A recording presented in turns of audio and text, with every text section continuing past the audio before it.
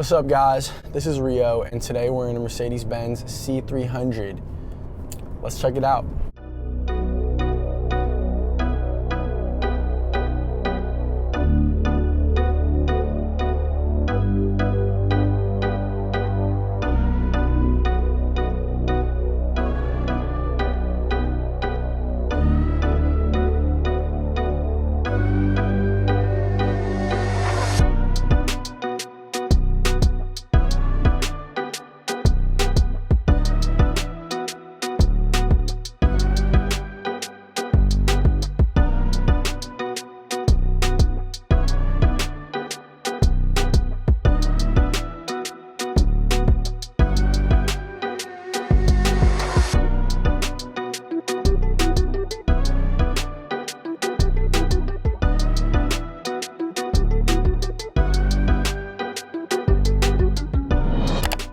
Alright, so this car used to be one of the biggest players in the most popular car segment, which was the compact sedan. Nowadays, everybody wants a crossover or an SUV. So while this car still does sell a ton, it's not quite as relevant as it was 10, 15 years ago, 20 years ago.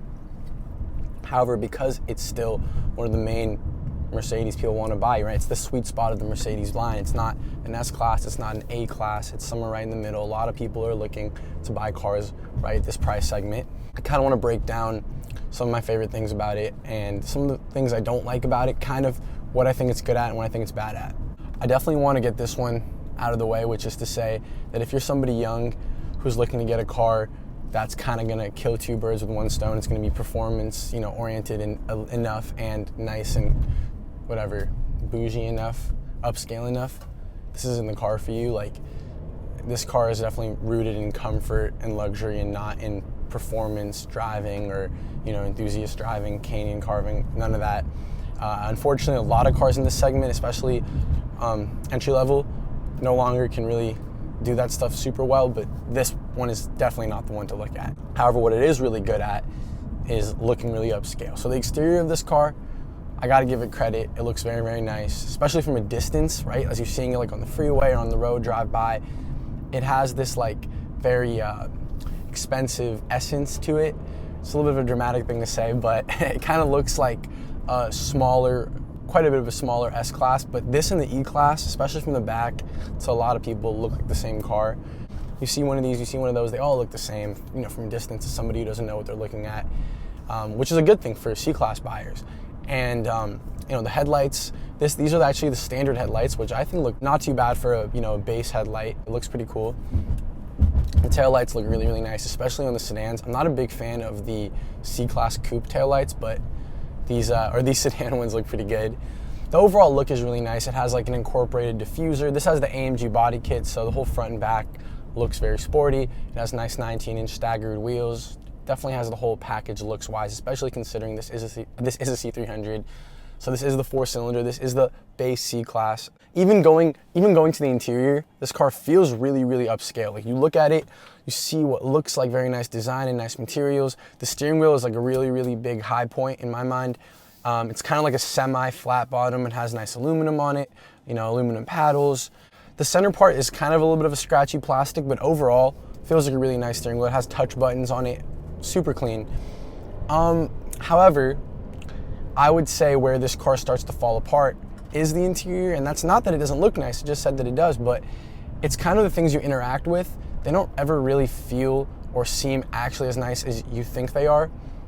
So the steering wheel itself, I'll give the steering wheel a big pass. I think the steering wheel overall does feel really nice, but when you start interacting with the, I think it's called the command system that's in this car. So it has a pretty big, like 10.3-inch or 10.5-inch screen, but it's super laggy. The system doesn't run that well. It's only so-so. The cluster, it's pretty basic stuff. There's an optional fully digital dash, fully digital dash now. There's a fully digital, cluster you can get that looks really cool, but, if you don't have it, which this car doesn't, it's a bit of a downside. All right, so there is an optional Burmester sound system, which I'm sure makes the sound makes the this car's sound system way better, obviously.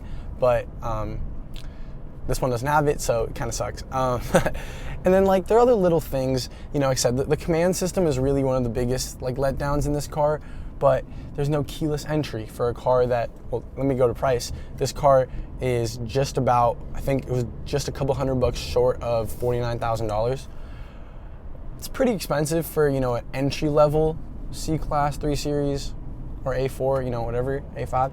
These, you know, these cars start usually in the high 30s, low 40s. These days, I think they all start in the low 40s, but nonetheless, I mean, you're getting close to 50 grand. You're getting to a more loaded one of these. You're getting pretty close to the price of, you know, the next one, which is the C43.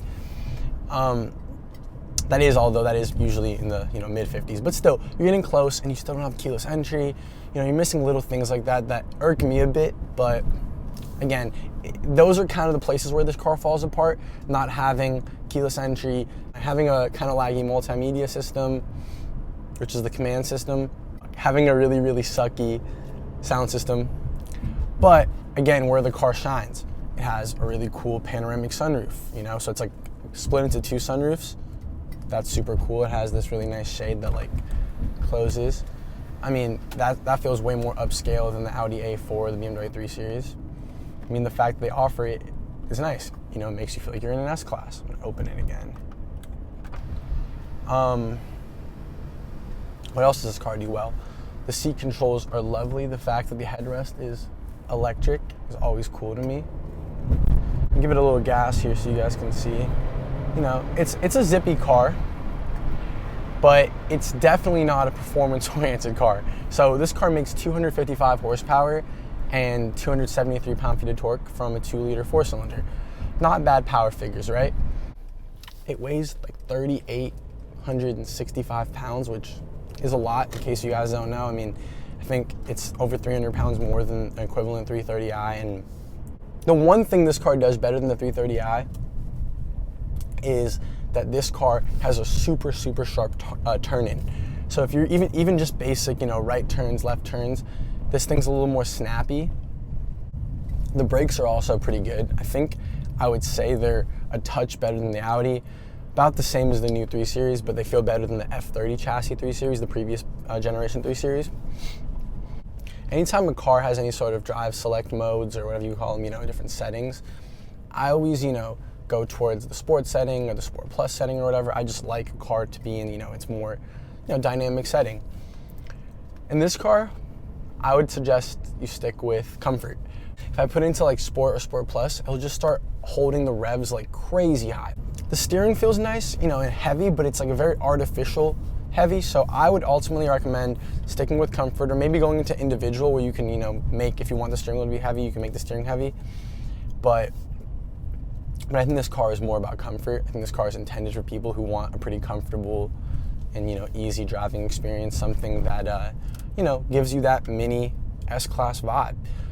It's the perfect commuter car. It's not meant to be a, you know, all-in-one car for dynamic driving, you know, luxury needs, whatever. This is kind of like a mini comfort sedan, you know, all about luxury, all about like a nice aesthetic, gets it done. It has a really cool waterfall design on the dash, but oh my God, the top of it flares out, and what happens is you get these really cool like individual passenger and driver cabins. Although if you're taller like I am, because it flares so much, I can't like spread my right leg out the way I want to like drive a little more comfortably, and instead I'm constantly banging it into this. I don't know, it just really bothers me, and it's something I immediately notice every time I get in this car, because otherwise the cabin's very comfortable. Again, the whole point of this car is supposed to be luxury, so it's a super comfortable car. The seats are really comfortable. They're not quite as adjustable as a 3 Series seat, but you know, again, it's meant to err on the side of comfort, so it gets that done. The visibility in this car is pretty good. The mirrors, you know, are large. The rear visibility is really good. So I've talked about some things I don't like. I've talked about some things I do like. Let's take a break and let's do my favorite thing, which is the tall boy test. So we're gonna see how many tall boys can fit in this car right now with the tall boy test. Let's check it out.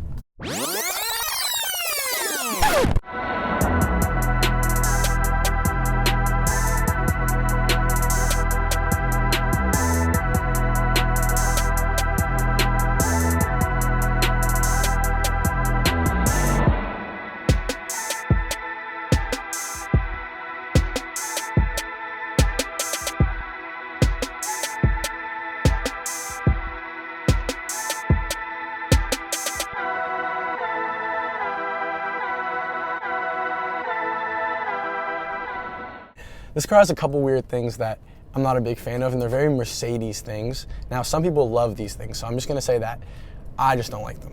One is a column mounted shifter.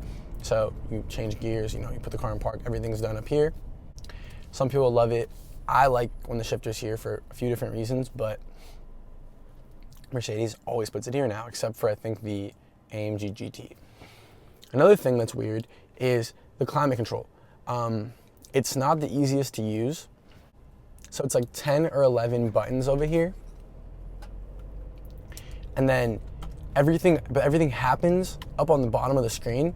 So there's this weird disconnect between doing things over here and then having to look 5 inches higher to actually see what you've done.